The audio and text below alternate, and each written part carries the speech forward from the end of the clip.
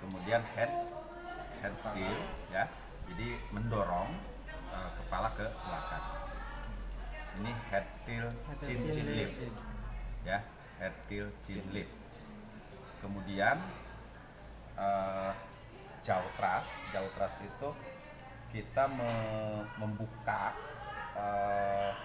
mulut gitu ya, dengan menekan rahang angulus, sendi angulus.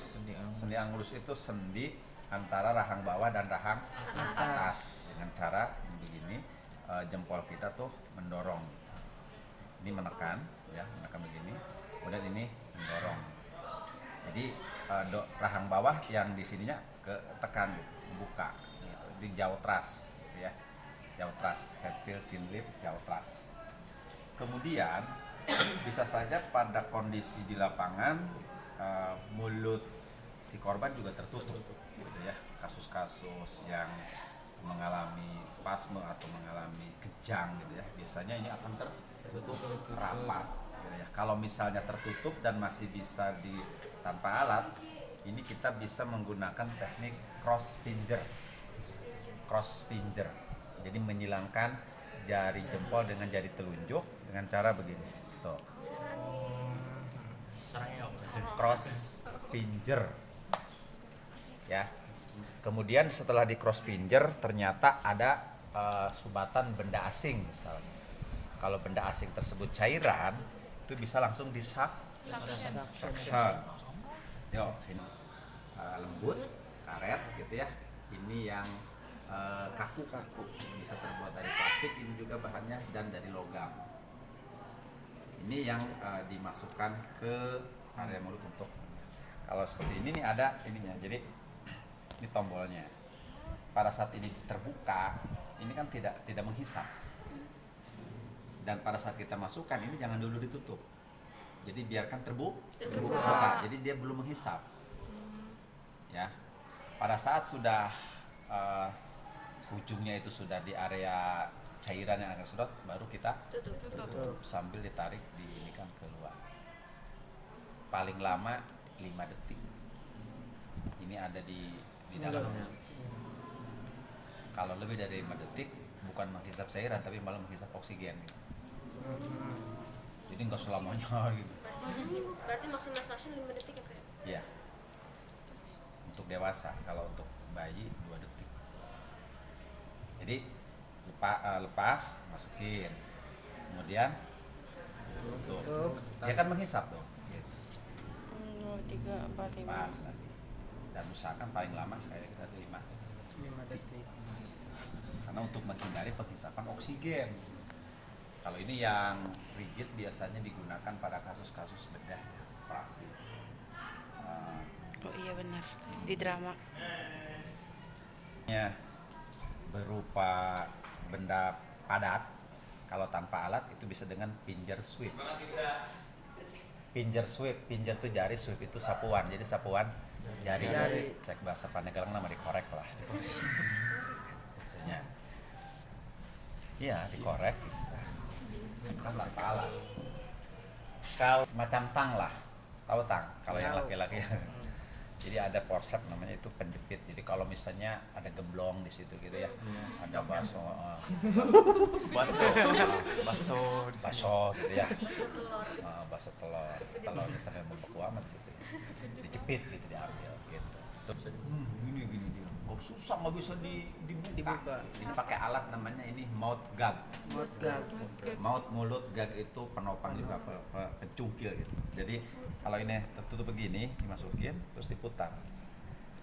Lama-lama kan dia makin masuk ya, makin besar ya terbuka. Ya, itu mouth gag. Untuk ada sumbatan benda apapun, benda asing ya tadi, kalau cairannya di suction, kalau benda padat ya dicepit gitu ya, diambil atau dipinjir sweep tanpa alat. Kalau misalnya muntahan, kalau tidak ada trauma servikal, tidak ada indikasi trauma servikal, itu bisa dimiringkan, tidak harus disaksen. Tapi kalau ada indikator trauma servikal, sebelum dipasang alat yang namanya collar neck atau neck collar, ring leher gitu, seorang perawat atau tenaga medis harus menstabilkan ini dengan cara manual, dengan cara ini begini, jepit. Ini stabil. Jadi insya Allah stabil gitu.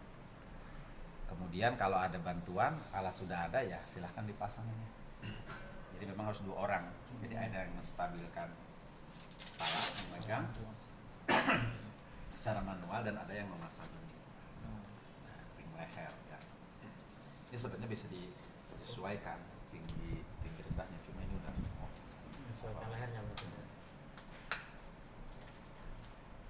ini pendek sih sebenarnya.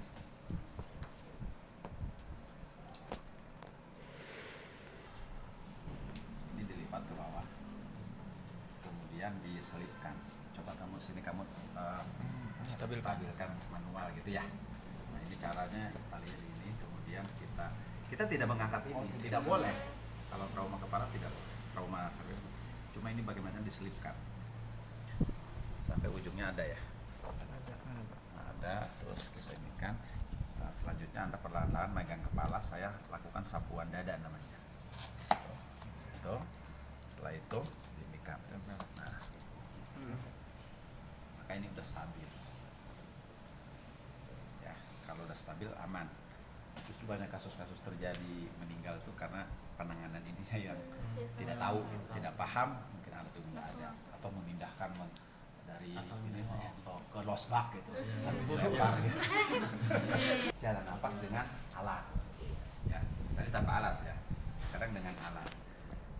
Kalau kondisi korban itu tidak sadar, ini banyak kasus memang, terutama pada pasien-pasien yang shock dan struktur ya, kebanyakan tidak sadar. Ini namanya opa ya, bukan oma ya, opa. Ini dari karet, ini dari plastik. Fungsinya sama. Kalau ini lubangnya tertutup, katakanlah berbentuk ring. Kalau ini di sela-sela kiri kanan. Gitu. Ya, ada yang paling kecil juga. Untuk bayi, mana, gitu ya. Karena pada dasarnya menyesuaikan rahangnya. betul, ini harus diukur dulu dari mulut sampai ke sini, bawah telinga. Karena ini hanya sampai paling ya. Ya. Oh, ini aja. Nah, cara memasangnya, saya harusnya pakai sarung tangan, tapi saya mau sarung tangan ya, karena kita kan harus protektif diri. Karena kalau korban itu udah pasti membawa penyakit. Kita cross finger misalnya tadi ya. Cross finger. Kalau misalnya dia masih tertutup, dia bisa cross finger. Kalau memang bisa terbuka gitu ya, gampang ya. Caranya ini kan harus nanti masangnya begini ya. Iya. Nah, posisinya begini dulu. Dengan bantuan ini sebenarnya sponsor lidah gitu ya. Jadi kita pastikan lidahnya itu ketekan ke bawah, kemudian ini pasang dengan tangan kanan, kemudian kita putar. Nah, jadi masuk setengah tadi putar, setelah ini baru kita dorong. Kemudian kita fiksasi ya. Tuh, ini masih Jalan napas tuh. Nggak ada napas. Ada napas serem. Buyar. Penjaga lab. nah. Ya. Nah, ini biasanya difiksasi. Kalau sudah difiksasi begini atau sudah paten begini, kalau ada cairan lagi seperti sekret misalnya atau darah, ini bisa ini melalui lubang ini. Jadi tidak harus melalui ini lagi. Ya. Nah, itu nanti dipitik. Terbuat dari karet, elastis, ya, tapi tidak ada kapnya untuk mengunci, ya. Nah ini untuk oksigen gitu ya. Tidak ada kapnya. Tetap harus dilumasi dulu dengan lubrikan, dengan jelly. Pelumas. Jelly itu ada 2 fungsi, sebagai pelumas dan juga analgetik sebenarnya. Pelumas itu supaya lancar, analgetik dia memberikan menurunkan nyeri dan mengurangi iritasi karena mukosa, jaringan mukosa ke salah satu lubang hidung. Ya. Misalnya ke sini. nggak dilumasin aja lancar. Ya. Sampai paring juga ini. Karena nasok paringel. Ada alat satu lagi nih, ini namanya LM. paringel mas ya, mas paringel ya. Ini juga sampai ke paring saja, tapi masker, berupa masker dimasukin melalui mulut. Aku hidung Mulut. Iya, Jadi mulut. dimasukin. Jadi dia melalui mulut nanti akan si udaranya masuk ke dekat trakea gitu ya. Ini kegedean sih, ada yang lebih kecil banget. Apa ya? Kayak punya anak-anak. Ini namanya paringel mas. Masker ini berbentuk masker tapi letaknya nanti sampai di paring saja. Ini sebagai fiksasinya ini balon. Cup atau cup ya. Ini perlu diisi dengan udara sebanyak 10 cc. Jadi kalau kita menggunakan squid yang 10 cc cukup satu kali isi. Kebetulan saya yang buka malah yang 3 cc harus 3 kali masuk. Kalau ini sudah terpasang, maka selanjutnya dikunci gitu. Dipatenkan, difiksasi dengan ini.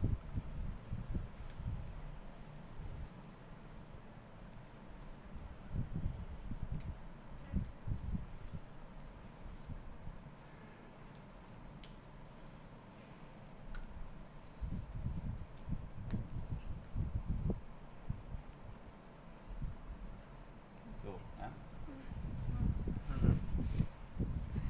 Nah, jadi kalau dia sudah sampai trakea, ini dipompa tadi, kasih udara 10, sehingga dia akan menekan ke semua sisi trakea sini mengunci.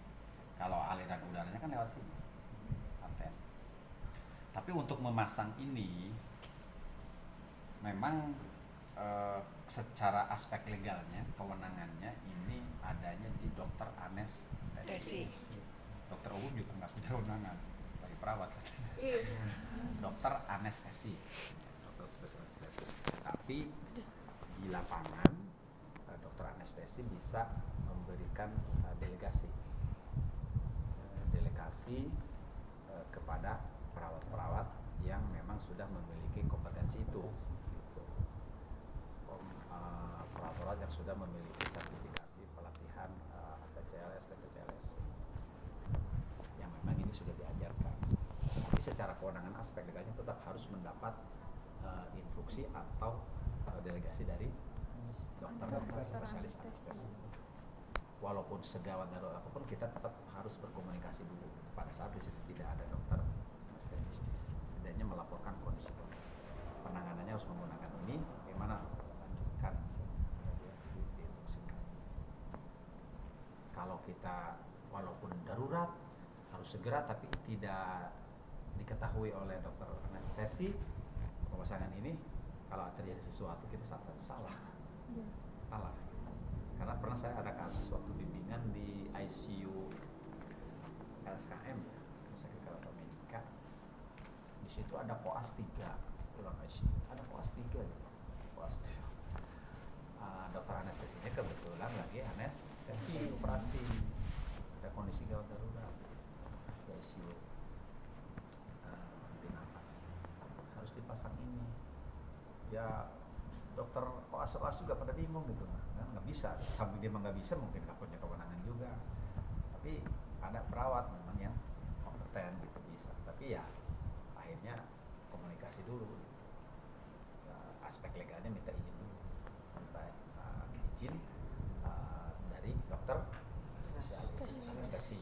Setelah diizinkan itu kan baru dengan mudahnya ya perawat bisa gitu. Lebih mudah gitu maksudnya, karena dia pengalaman.